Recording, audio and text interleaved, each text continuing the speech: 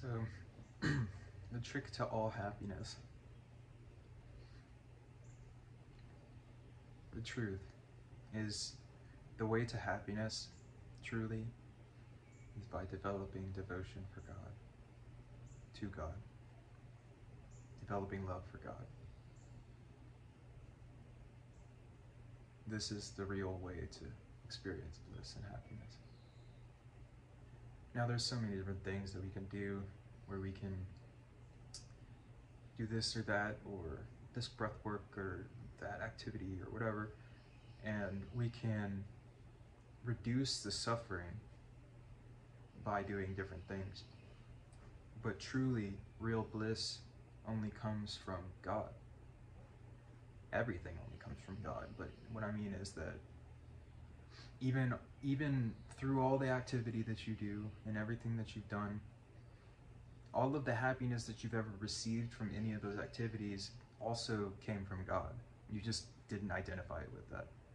So the whole time, God has been the source of your happiness and your pain, technically. But the point that I'm making is that in happiness, if you want to be happy, then find the source of happiness. After all the research I've done, I've realized that the source of happiness is God. That God is actually the source of everything, of my own self. You know, like it's the source of existence itself.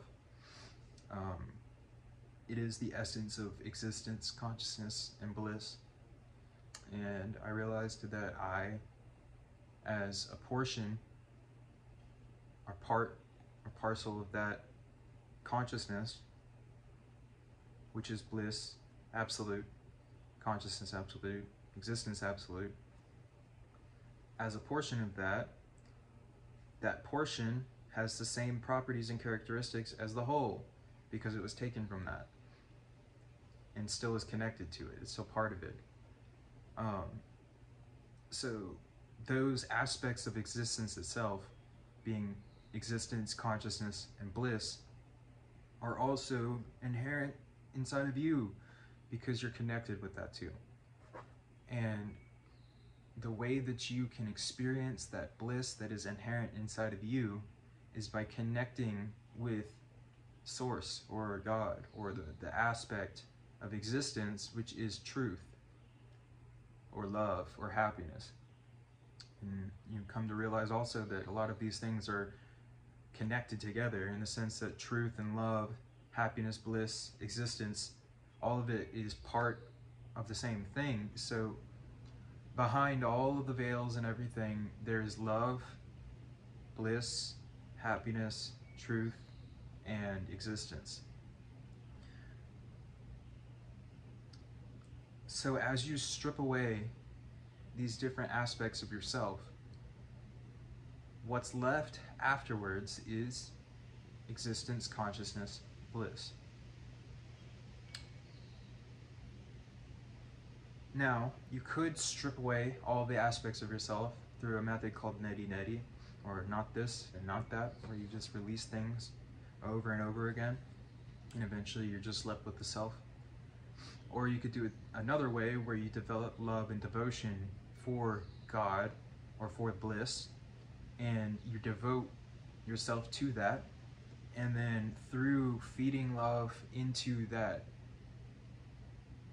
form of bliss as God, that love can be redirected back to you and purified and given to you in a way that you're able to understand as an ego, or that you're able to comprehend or experience as an individual entity.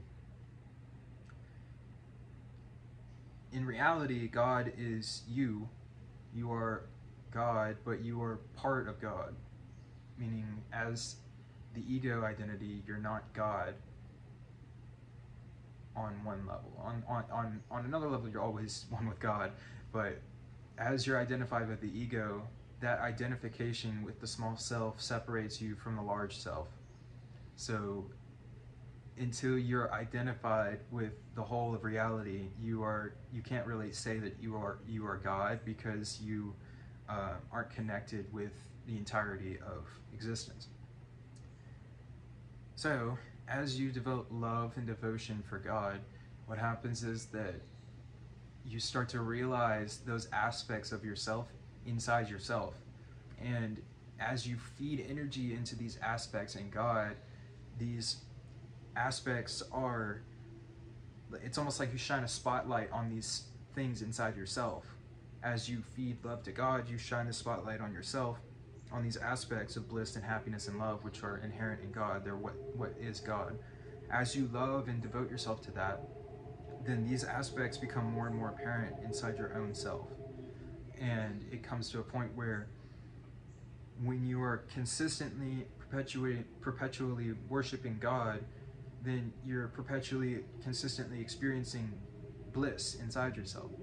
And so no longer is it any kind of a chore or difficulty or anything like that to love God and to worship God, because you come to realize that by doing that, you're actually just loving yourself, and you're actually pampering your own self in the sense of, like, not pampering, but like you're loving yourself so deeply, and you're turning on the spotlight of your mind onto the aspects of love inside your own self. And then you become like a radiator of that love. And then as you start to radiate that love everywhere, then you'll see the love reflected outside yourself. And then after a while, you'll start to see that as you're radiating it more unconditionally, that other people will also radiate that love back to you, reflect it back to you. They're not always radiating it themselves, but what you can do is you can shine the spotlight of your love onto their spotlight of love, and then turn on that light inside of them, and then they can sit inside of that light and find their own love inside themselves and start feeding it to everybody else. And it just becomes a positive loop of perpetuation of happiness and love, just because you decided to give it a shot to love God. And if you don't believe, then just try it. And then I didn't believe until I just started chanting, and I just started learning how to love God. And I didn't even learn how to do it per se. I just remembered. Like, it's just almost like as soon as I started, even the first time that I tried, I just started crying and having all these experiences, because I came to realize that that was actually inherent in my own soul. It was a part of my own soul. And by loving God and worshiping God, I was actually shining light onto the love aspect of my own soul.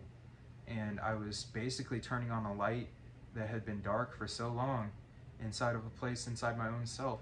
By shining a light on God, God was able to shine a light on me, because as these things are one, when you worship God, then you're also worshiping that form, that perfect form in yourself, therefore bringing yourself closer to that. And it just kind of like stacks on itself in a positive way, and it perpetuates itself.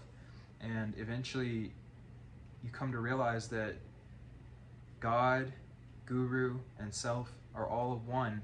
And so when you love and worship God, and when you love and worship Guru, and when you love and worship self, each one of those comes together, and then you experience truth. I mean, the truth is that God is love, and that God is perfect, and God is bliss. So as you work to turn on those aspects inside yourself, and remember also your heart is where love is activated, and that if God is the source of love, then putting your attention on that should bring that love to you. The same way that any manifestation works, where you put your attention on one thing, it manifests that more into your reality. So if God is bliss and love and consciousness, then for one, by thinking about God, you can never go unconscious. So don't think that you lose full consciousness of yourself. When you do dissolve into God, like you lose consciousness of yourself, but yourself expands infinitely instead of contracting. So it's like, in one way it contracts because the ego goes away, but then when the ego goes away, then your self becomes everything. So it's not like you lose anything. You actually don't lose anything in God ever. And you still remember the ego identity that you had at one point. You're just no longer identified with that, so you don't experience the suffering and separation that comes from that. You just expand into everything, and then you become part of the bliss that is inherent in everything, that is inside of everything. And that's why that portion that you meld into inside yourself it already recognizes itself as being one with everybody and everything. And when you fall into that space, or when you rise into that space really, then it's very natural to understand that everybody and everything is part of this one consciousness, and you just kind of like naturally understand, because your soul just remembers. It just knows. It remembers this truth inside of itself because it has experienced it before. And so when it experiences it in another person, or it experiences it in reality itself, then on one level it could be jarring a little bit because the ego doesn't know what's happening, but on another level it's very familiar, and it's something like you know that there's truth behind the sense that you actually don't exist, that the only thing that exists is God and consciousness and bliss itself.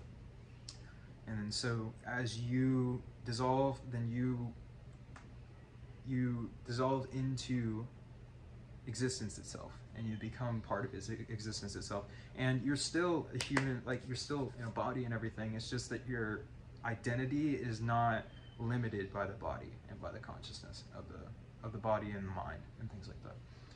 You realize that you are actually beyond all of those things, and that you as an entity is actually just pure bliss consciousness as it's its own expression, and that the you that thinks it's a body is actually just a conceptual idea, or like a concept in your mind that you've perpetuated based on what you've been told and all the other different kinds of experiences that you've had. And it's a compilation of all these different ideas and thoughts about yourself that you've basically put together and built up this image of what you think that you are, which is the ego. And so as you let go of that image that you think that you are, you start to see what you actually are, which is beyond form, beyond ego consciousness.